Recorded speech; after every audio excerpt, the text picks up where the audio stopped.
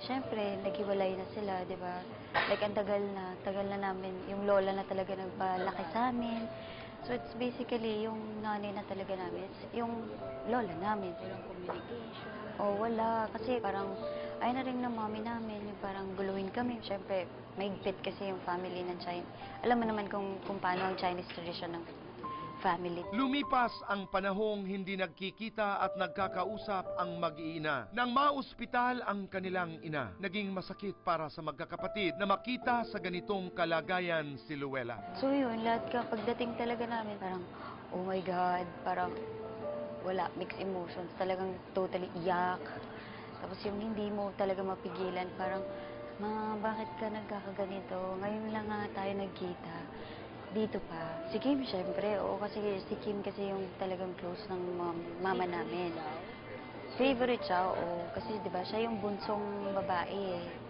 So yun, talagang umiyak talaga. Habang nasa ICU ang kanilang ina, sunod-sunod naman ang commitments ni Kim sa trabaho. Pero sa kabila nito, pinilit pa rin ang actress na makita ang inang nawalay sa kanila. Noong Monday nang na-happen, pagka kinabukasan, first flight ulit, out na naman kasi may taping siya the next day. So right after the taping, ginagawa niya, after taping, pag-pack up, diretso ka agad dito, balik ulit sa Cebu. So as to let everyone know na lang, ginagampanan pa rin ni Kim yung anak niya, anak sa mami namin.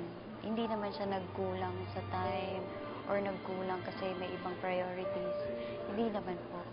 Ginagawa niya yung work niya as being an artist, pag-artista, ginagampanan din niya as bilang isang anak din. Sa pagbabantay nila, si Kim daw ang talagang nagkukwento sa ina. Sabi ng doctors, yung kahit coma siya, nakakarinig siya. We make sure na sinasabihan namin ng mami namin na parang, ma, andito kami, buo kami.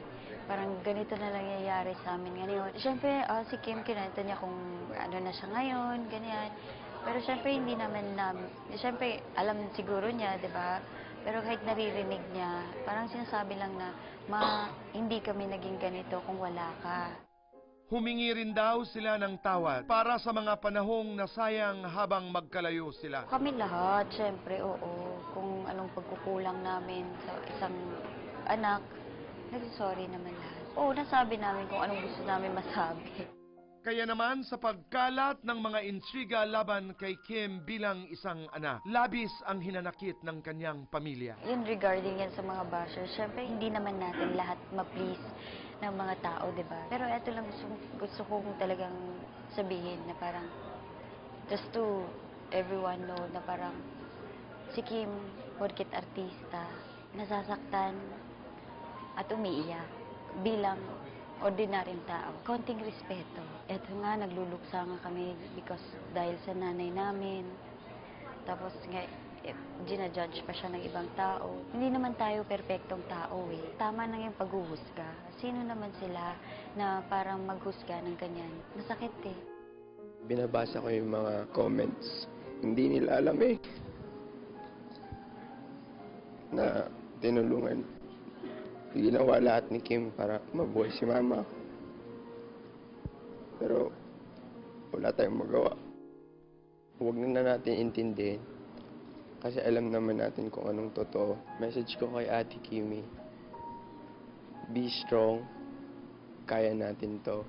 Malalagpasan din natin to.